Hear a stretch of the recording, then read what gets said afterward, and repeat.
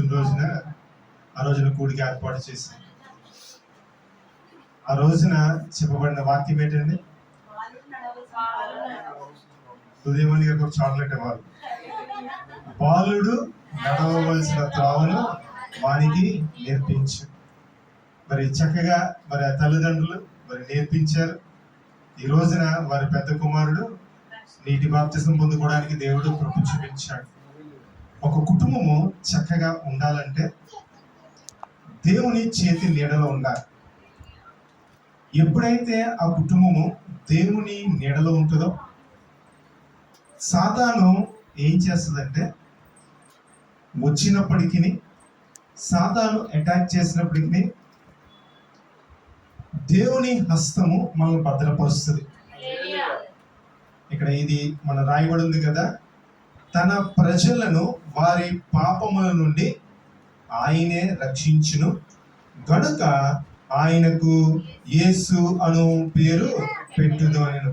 మరి తన ప్రజలు అంటే ఎవరైతే యేసుక్రీస్తు ప్రభువారిని సొంత రక్షకుడుగా అంగీకరిస్తారో, చాలా మంది ఇందాక ఉదయం వాక్యం తెలియజేసిన రీతిగా పెదాలతో ఒప్పుకుంటారు కానీ వారు హృదయంలో అంగీకరించరు. మరి ఈ రోజున నవీన్ నీటి బాప్తిసం పొందుకున్నాడు. మరి ఉదయకాలం స్వరూప్ గారు సాక్ష్యం తెలియజేశారు. అదే రీతి ఇప్పుడు ఎస్తేర్ గారు ప్రార్థన చేశారు కదా, చక్కటి ఉపమానం అది. సొలొమోను దేవాది దేవుడిని ఏమడిగాడు? జ్ఞానం అడిగాడు. కానీ దేవుడు ఏమి ఇచ్చాడు? అన్నీ ఇచ్చాడు. మరి స్వరూప్ గారు అంటే మీకు అర్థమైంది, సత్య గారు ఏమడిగారు? నీరజ్కి జ్ఞానం కావాలని అడిగారు. దేవుడు ఏమి ఇచ్చాడు? రక్షణ ఇచ్చాడు. దేవుని కార్యములు ఆశ్చర్యములు. ఎప్పుడైతే ఈ బిడ్డ దేవుని యొక్క హస్తాల్లో ఉన్నాడో, అందునే కీర్తన కూడా మాట్లాడాడు, నాకు కలిగిన భయములన్నిటి నుండి ఆయనే నన్ను తప్పించాడు. మరి తల్లికి భయం ఉంది. ఏ భయం ఉంది? ఈ బిడ్డ ఎలా చదువుతాడు, ఎలా ప్రయోజకుడు అవుతాడు అని ఆమెకున్న భయం నుండి ఏం చేశాడంటే దేవుడు తప్పించాడు. ఎట్టి రీతిగా తప్పించాడంటే, మొదటిగా దేవుడు ఆ బిడ్డను తన సొత్తుగా చేసుకున్నాడు. చేసుకుని నీవు నా సొత్తు, నీవు వెలుగు సంబంధిని, నువ్వు ఏ విషయంలోనూ భయపడవలసిన పని లేదు. నీవు నా మీద ఆధారపడినట్లయితే నేను నీకు తప్పకుండా జ్ఞానమునిస్తాను, తెలివినిస్తాను, ఐశ్వర్యమునిస్తాను, కీర్తినిస్తాను.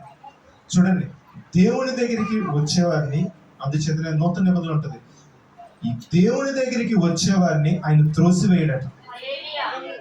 ఆయన ఇప్పుడు త్రోసివేయడట. నువ్వు దేవుని దగ్గరికి వచ్చి నువ్వు దేవుణ్ణి ఏదైనా అడిగినట్లయితే ఆయన ధారాళముగా ఇస్తాడని దేవుని వాక్యం తెలుస్తుంది. నువ్వు అడిగినట్లయితే దేవుడు తప్పకుండా ఇస్తాడు. ఆ తల్లి మరి స్వరూప్ గారు అడిగారు, నా బిడ్డకు జ్ఞానము కావాలి. దేవుడు ఏం చేశారంటే చక్కటి రక్షణ వస్త్రమును ఆ బిడ్డకి ధరింపచేశారు. చక్కగా తెలివిని, జ్ఞానమును, వివేచనను ఆ బిడ్డ పొందుకుంటాడు.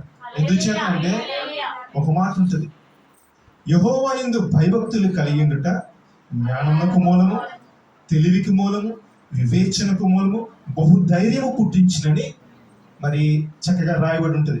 ఇవన్నీ ఎప్పుడు వస్తాయి? దేవుని యందు భయభక్తులు కలిగి ఉన్నప్పుడు జ్ఞానం వస్తుంది, తెలివి వస్తుంది, వివేచన వస్తుంది, బహుధైర్యం వస్తుంది. చెడుతనమును అసహించుకుంటారని సామెతల గ్రంథం ఉంటుంది. యెహోవా యందు భయభక్తులు గలవాడు చెడుతనమును అసహించుకుంటాడు. ఇవన్నీ మరి బిడ్డ రక్షించబడ్డాడంటే దేవుని యందు భయభక్తులు కలిగి ఉన్నాడు కాబట్టి ఆ బిడ్డకి రక్షణానందం వచ్చింది.